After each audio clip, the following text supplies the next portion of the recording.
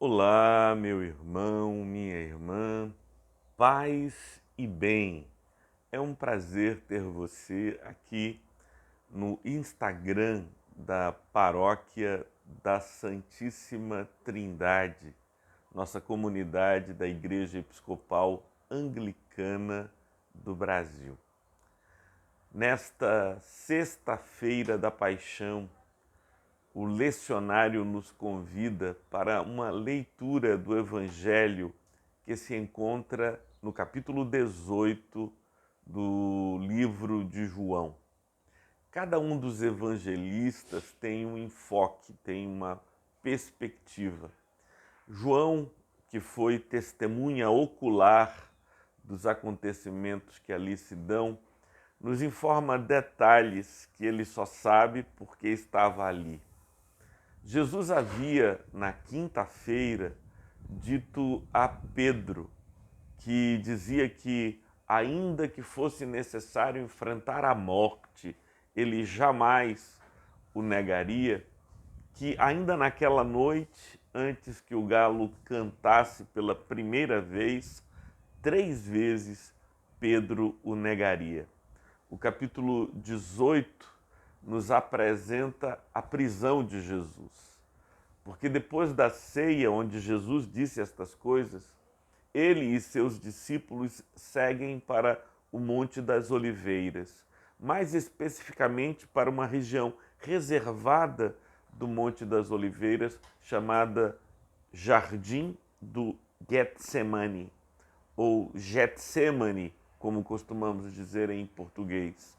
A expressão Getsemane significa lugar onde as oliveiras são espremidas, é a prensa das oliveiras para se retirar o óleo de oliva.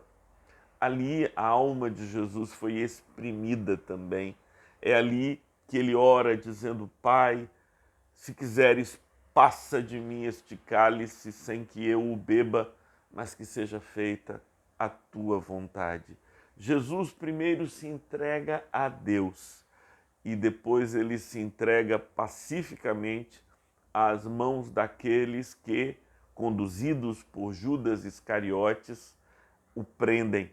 É a guarda vinda por ordem do sumo sacerdote Caifás que leva Jesus até a casa de seu sogro Anás, onde Jesus vai ser julgado pelo Sinédrio. Jesus, ouvindo e percebendo que estes homens armados de espadas e porretes o procuram, pergunta: a quem vocês buscam? E eles respondem: a Jesus, o Nazareno. E Jesus diz: sou eu.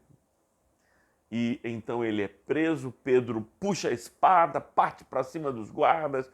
Ele acredita que é possível evitar a prisão.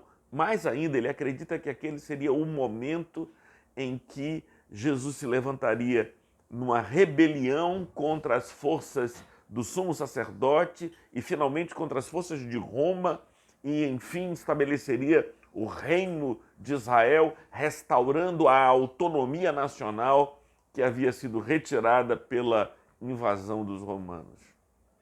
Nada disso acontece.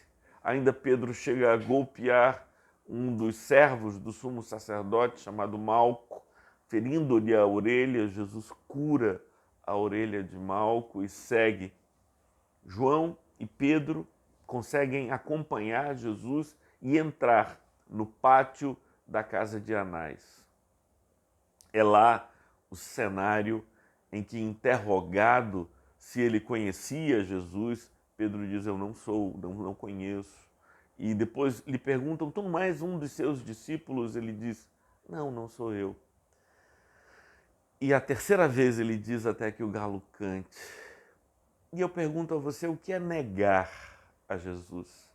Negar a Jesus é dizer não conhecê-lo. Negar a Jesus é dizer não saber quem ele é. Negar a Jesus é negar a sua fé nele. Eu diria que é muito mais profundo que tudo isso. Eu diria que negar a Jesus é colocar a autopreservação em primeiro lugar. Isso faz com que eu me lembre das palavras de Fernando Pessoa e num poema dificílimo, doloroso de Fernando Pessoa, em que ele diz: tu achas que és importante? És importante para ti, porque para ti só tu és importante. Né? Então a gente tem essa sensação, esse sentimento, esse senso de autopreservação. Foi isso que fez com que Pedro evitasse anunciar-se. Ele queria ter um destino diferente, ele estava talvez perplexo com tudo quanto havia acontecido, frustrado por não ter visto da parte de Jesus um desejo de autopreservação ou de imposição de sua vontade. Jesus já havia ensinado e ensinou a mim e a você, dizendo: aquele que quiser salvar a sua vida, perdê-la-á. Mas aquele que entregar a sua vida por amor de mim, este a salvará.